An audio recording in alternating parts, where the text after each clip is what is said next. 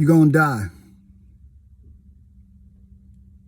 I know it sounds morbid or it's something you don't want to think about, but you're gonna die. We live to die every day, man. And it's hard to think about. I was watching something, some guru on IG. He was talking to Mike Tyson, and maybe I'll post it in a couple hours, so make sure you come back. But he was talking about fear.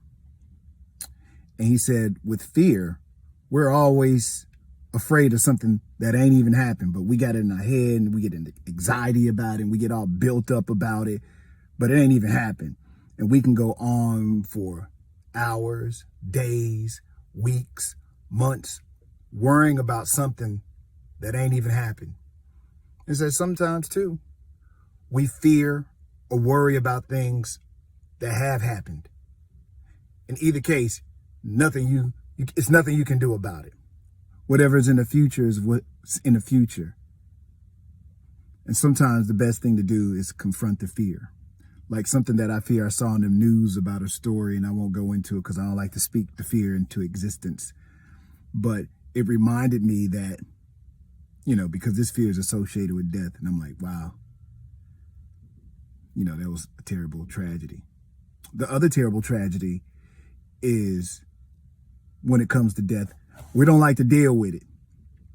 Like, we've all seen the artist or the friend who needs to GoFundMe because they never took care of their business when they were alive, or they don't have no money, they don't have a will, they didn't get insurance. So now, not only is the family devastated from the loss of the individual, now they gotta scurry to get cash to even bury this person appropriately. And it's unfair to the family members who have to do that. But we don't think about it because it's a hard thought to say, man, one day I won't be here. But you're gonna die. The reason why I bring that up is because you can do something about that now, because the inevitable is the inevitable. So are you living your best life? Are you with the person you want to be with? Are you at the job you want to be at? Are you going for the things you want to go for? Because once you're dead, it's done. So, again, I say, you're going to die. Another, I call him, he's an incredible millionaire businessman, IG superstar, if you will. His name is Gary V. And, people who are on Instagram, they love to follow Gary. He says some really cool stuff. Some people may not like him. It's all good. Either way, just trying to make a point. So I was, doing my scroll, looking at the stuff I like to look at on the gram. And it came to one of his, something that he put on his page one time, and it popped on my page. And Gary V, he tries to be a gracious guy. And one of his fans ran over to him, was a lady. He was in his car sitting, a driver, of course. And some lady ran up to the car like, oh my God, Gary V, I love everything you do. You're so inspirational. Can you tell me something to inspire me? When he had rolled down the window, he like, sure, you're going to die. And I can tell by, and I don't remember all of her reaction. I don't remember if they had half body, but it's almost like, that when he said that, it was so jarring that I could hear her heart drop all the way down to her foot, because that's not what she was expecting. She was expecting Gary to say something real cool with a whole bunch of expletives in it, because he loves to use profanity. But no, he just said, you're going to die. So whatever it is you're going to do, you need to do it. And it was just matter of fact, and it was to the point. And as ugly as it is, we don't like to think about it. But again, I say to you, you're going to die. So you need to live your best life. And you don't need to worry about haters and people pulling you down. Or if you ain't in the right relationship, you need to wake up and move forward and start making it happen, because it's too late once you're dead. Do it now.